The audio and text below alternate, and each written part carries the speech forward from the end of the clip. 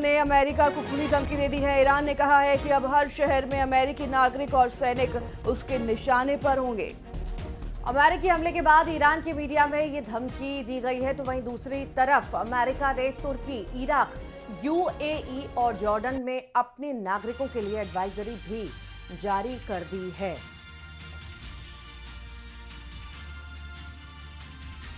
तबाही का मंजर, हाहाकार की तस्वीरें आपके सामने हैं। देखिए कैसे हालात हो चुके हैं।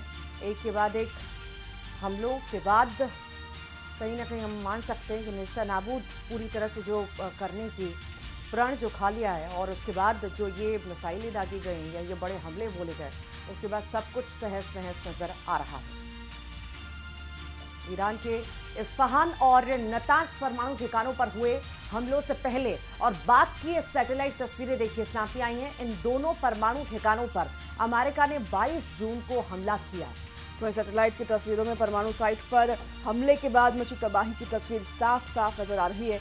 इन तस्वीरों से साफ है कि ईरान की परमाणु साइट पर अमेरिका का हमला बेहद सटीक था और अमेरिका ने जहां जहां बम गिराए वहां तबाही देखने को मिली है।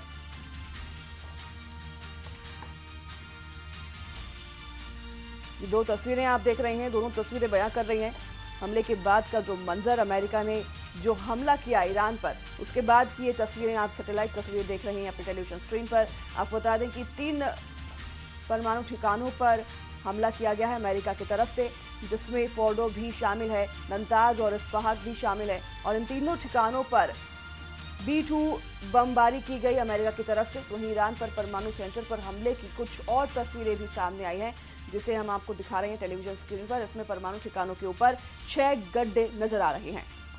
दावा यह भी किया जा रहा है कि परमाणु ठिकानों के ठीक ऊपर ये गड्ढे मिसाइल हमले की वजह से बने हैं। तो वहीं हमले वाली जगह राख की मोटी परत भी इस पर जमी हुई नजर आई है। तस्वीरें आपके सामने हैं, देखिए ईरान पर हमले की तस्वीरें आप देख रहे हैं कि किस तरह से स्थितियां बन चुकी हैं और परमाणु ठिकानों के ऊपर 6 गड्ढे आपको नजर आ रहे होंगे। दावा यह भी है कि परमाणु ठिकानों के ठीक ऊपर ये गड्ढे मिसाइल हमले की वजह से बने हैं। वहीं हमले वाली जगह राख की मोटी परत भी जमी हुई नजर आई। तो वहीं रविवार को इजरायल की सेना ने ईरान के कई सैन्य ठिकानों पर भी हमला किया था और मिसाइल और ड्रोन की मदद से ईरान के सैन्य ठिकानों को निशाना बनाया गया। इजराइल का दावा है कि हमले में ईरान के इमाम हुसैन मुख्यालय समेत कई रणनीतिक ठिकानों को तबाह किया गया। इजराइल की फोर्स ने हमले का वीडियो भी जारी किया है, साथ ही ईरान में हमले जारी रखने की चेतावनी भी दी है। एक तरफ अमेरिका पीस की बात कह रहा है और दूसरी तरफ इजराइल ताबड़तोड़ ईरान पर हमले कर रहा है। तस्वीरें आप देख रहे हैं और ईरान की तरफ से भी इजराइल पर हमले किए जा रहे हैं। तेहरान की तस्वीरें देख रहे हैं ईरान की कैपिटल की, जहां पर इजराइल की तरफ से मिसाइल दागी गई है। तो वहीं मिडल ईस्ट में हालात खराब होते जा रहे हैं। इजराइल हमला कर रहा है तो ईरान भी पूरी ताकत के साथ इजराइल के हमले का जवाब दे रहा है। ईरान ने ऑपरेशन टू प्रॉमिस 3 के तहत इजराइल के कब्जे वाले इलाकों पर मिसाइल से हमला किया है और ईरान ने इजराइल पर 20 मिसाइलें दागी हैं। यह भी बताया जा रहा है कि ईरान का यह हमला अब तक का सबसे तेज जवाबी हमला है।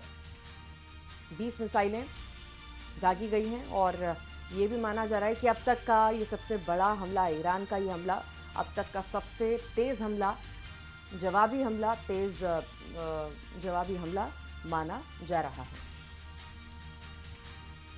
तो वहीं ईरान पर अमेरिका के हमले के बाद पीएम मोदी ने ईरान के राष्ट्रपति मसूद पेजेशकियान से फोन पर बातचीत की और बातचीत के दौरान पीएम मोदी ने मौजूदा हालातों पर चिंता भी व्यक्त की है और प्रधानमंत्री नरेंद्र मोदी ने तनाव कम करने की भी अपील की है। तो वहीं आपको बता दें कि पीएम मोदी ने एक्स पर ईरान के राष्ट्रपति के साथ हुई बात की जानकारी दी।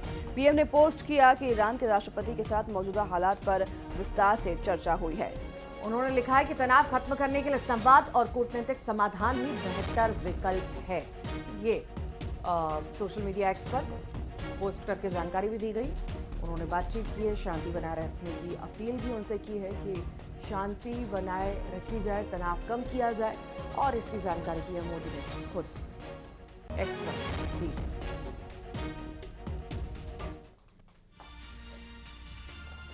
खबर रायसेन से है। यहां बेगमगंज में गोलीकांड से सनसनी फैल गई।